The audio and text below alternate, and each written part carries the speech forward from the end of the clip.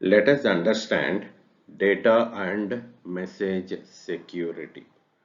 Using e-commerce, people are purchasing products or services. To avail these online services, people have to pay the amount on online. This kind of payments which are made online are known as electronic payments or also known as e-payments.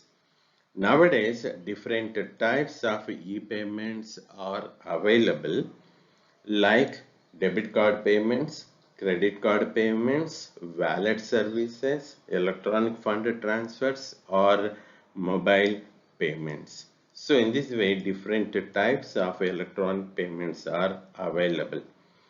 To perform these online transactions, people make use of different types of electronic devices like mobile phones or desktops or laptops. Hence, the security is needed to the data because hackers are there who can intercept the data. So certainly the data must be sent with security whereby it does not fall in the hands of hackers. Further, sniffers are there. Sniffers monitor the network and whenever any data is available, they steal such data. So in order to protect the data from hackers or sniffers or other such malicious uh, people, we need to protect the data. In this connection, let us understand the goals of e-commerce. E-commerce is having three different goals. First one, confidentiality. The meaning of confidentiality is the important data remains confidential. So the important data always remains confidential. That is first goal. Second goal is integrity. That is the data cannot be altered. The data cannot be altered. That is second goal. And the third goal is availability. The required information is made available to intended people. So these are the three important goals of e-commerce. Confidentiality, that is the data is kept secret. Always the data remains confidential. Second one, integrity, that is protecting the data whereby the data cannot be altered. Third one, availability, the right people should get the right data. So these are the three important goals of e-commerce. Now let us see how the e-commerce achieves these goals using security measures. There are various types of security measures that are taken up by e-commerce. First one, it is encryption. So what does it mean, encryption? Encryption is the process of converting plain text into ciphertext, also known as encoded text or encrypted text. So the process of converting the plain text into ciphertext is known as encryption and it is done at a source computer. So the source computer is converting the plain text into ciphertext. Then such ciphertext is sent over the network and it reaches the destination computer. What the destination computer does, it converts the ciphertext back into plain text. So the destination computer is converting the ciphertext into plain text, normal text. This process is known as decryption. So we are coming across two words. One is encryption and another is decryption. Encryption is the process of converting plain text into ciphertext, and decryption is the process of converting ciphertext into plain text. So after converting the plain text into ciphertext, then the ciphertext travels over the internet and the destination computer is doing the process of decryption. That is, it is converting the text back into the plain text. So this is the first security measure that is taken up by e-commerce. Now let us see the second security measure that is taken up by the e-commerce. It is cryptography. Cryptography means concealing the data using a secret code. So concealing the data. So that is being done by the source computer. So the source computer conceals the data using a secret code. Then it travels over the internet, and at a destination the original data is obtained using either same key or a different code. So there are two types of codes, using the same code or using different codes, based on which there are two types of cryptography systems. If we make use of same key, then it is known as private key cryptography. If we make use of different keys, then it is known as public key cryptography. Let us understand both of them. First of all, let us see private key cryptography.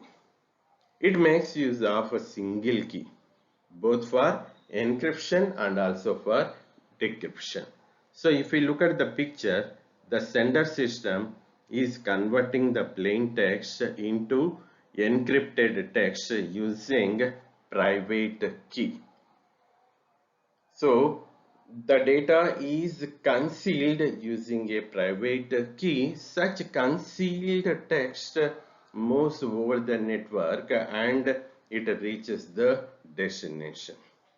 And at the destination, using the same private key, the text is decrypted. That is, original text is obtained.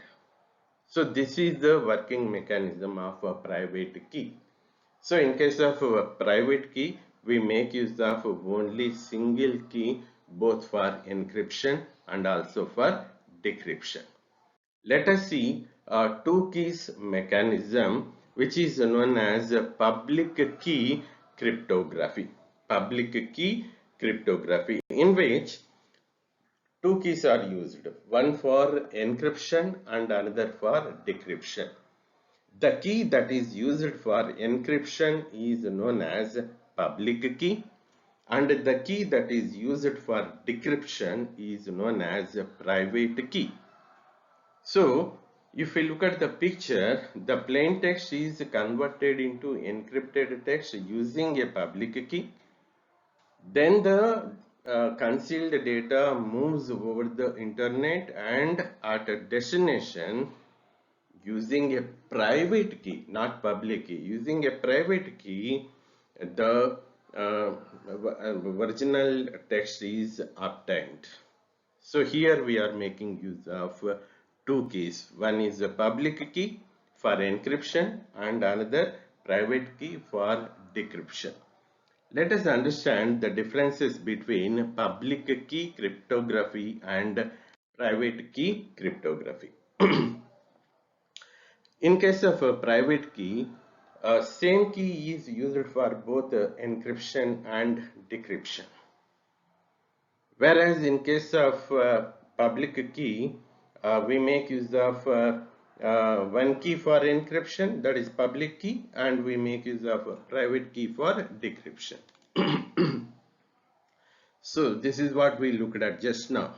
In case of private key, We use the same private key both for encryption and also for decryption. Whereas in case of public key cryptography, public key is used for encryption and private key is used for decryption. So this is the difference between private key and public key, first and foremost difference.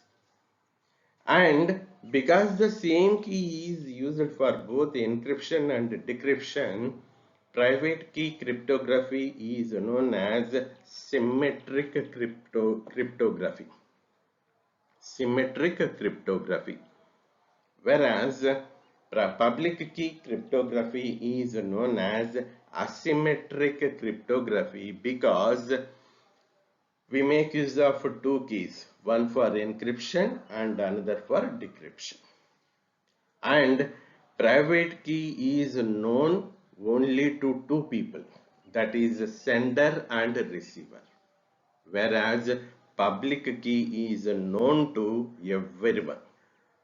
And private key mechanism is faster when compared to public key cryptography.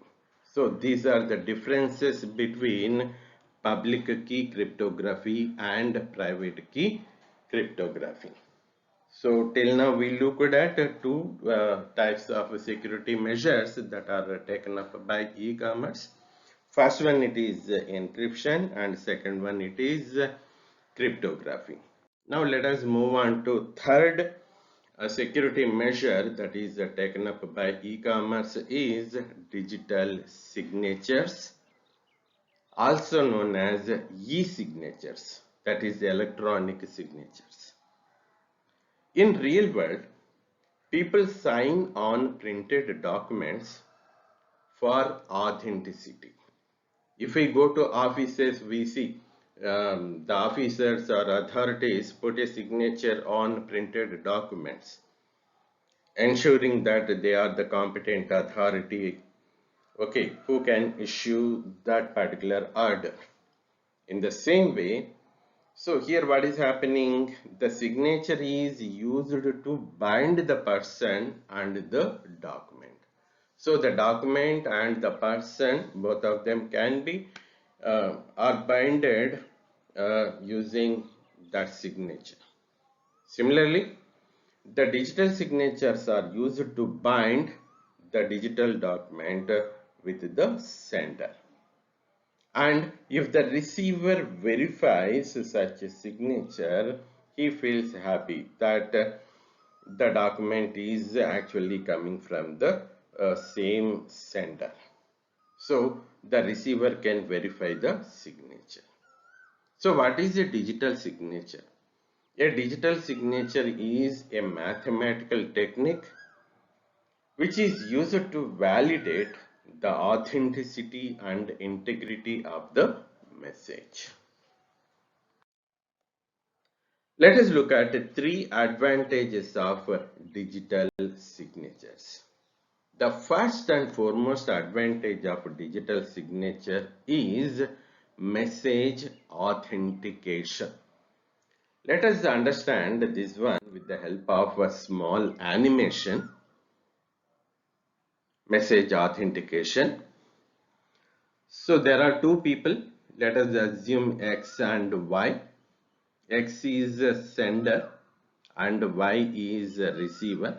So X is sending a document with a digital signature and Y is going to receive that document. And let us see what happens in case of this message authentication. So X is having a document, and on this document X is going to put a signature.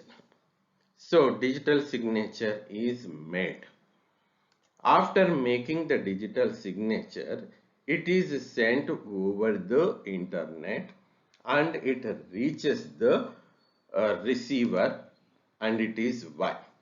So the document traveled across the internet and it is received by Y, who is the receiver of the document, and Y verifies the digital signature. Y is verifying the digital signature. When the receiver verifies the digital signature, it is assured that the signature was made by the sender only and not by somebody else. So this is the advantage of message authentication.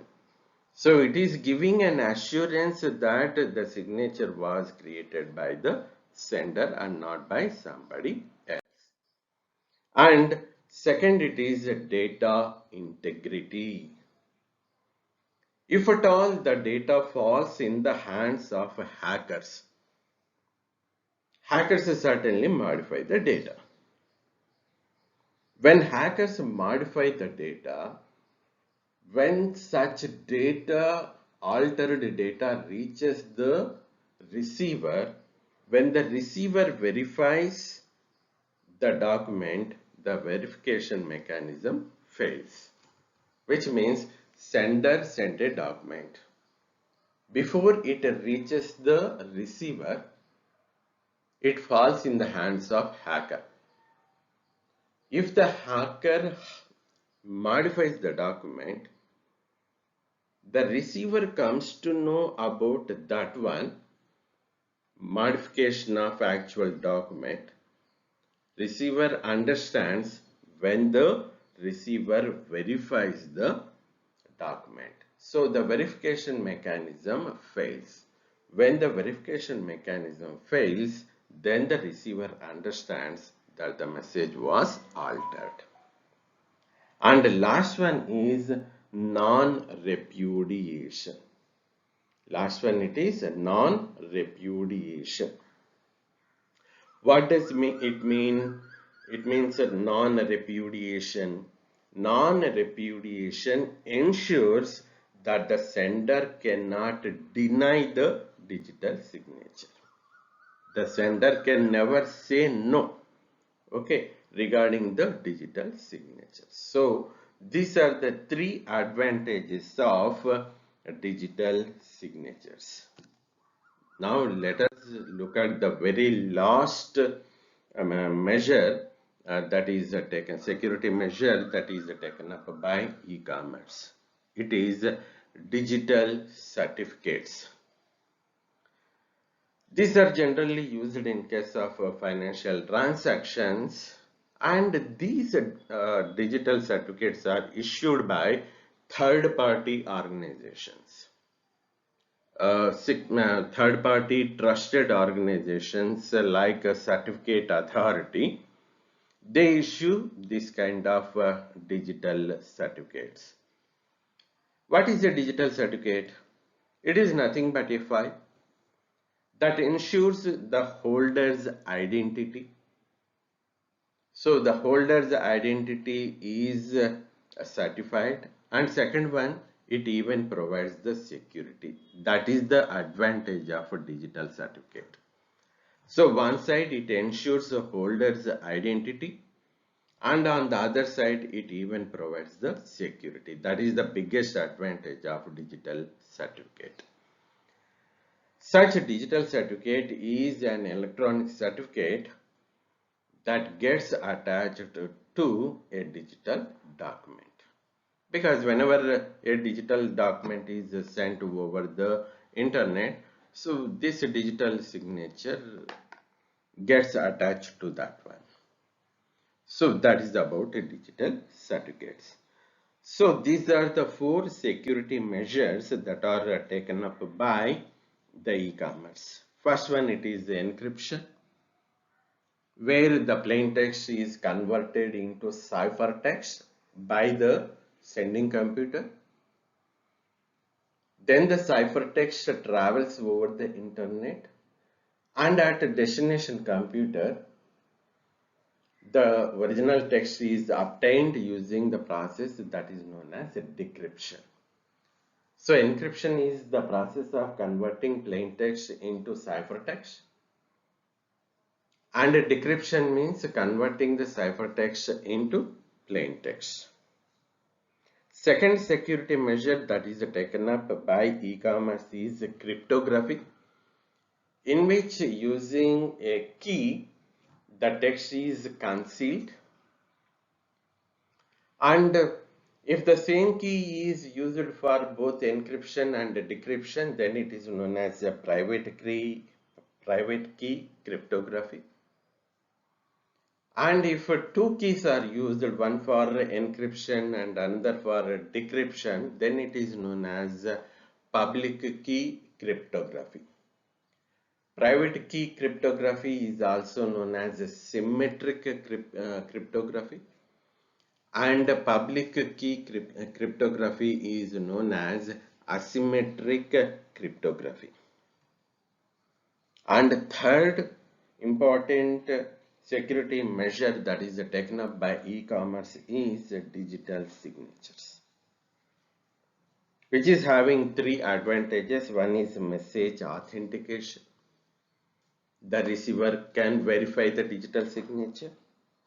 Second advantage is data integrity, and in which if the data gets altered by the hacker, certainly the receiver's verification mechanism fails. When the verification mechanism fails, then the receiver comes to know that the document is altered by hackers. And third one is non-repudiation, in which the sender cannot deny the digital signature that was made already. And the last security measure that is taken up by e-commerce is digital certificates. These are issued by trusted third-party organizations, which are nothing but a file, a document kind of thing, which ensures the identity of the holder, and at the same time digital certificates even provide the security. Such a digital signature is nothing but an electronic certificate that gets attached to the digital document. So that is about data and message security.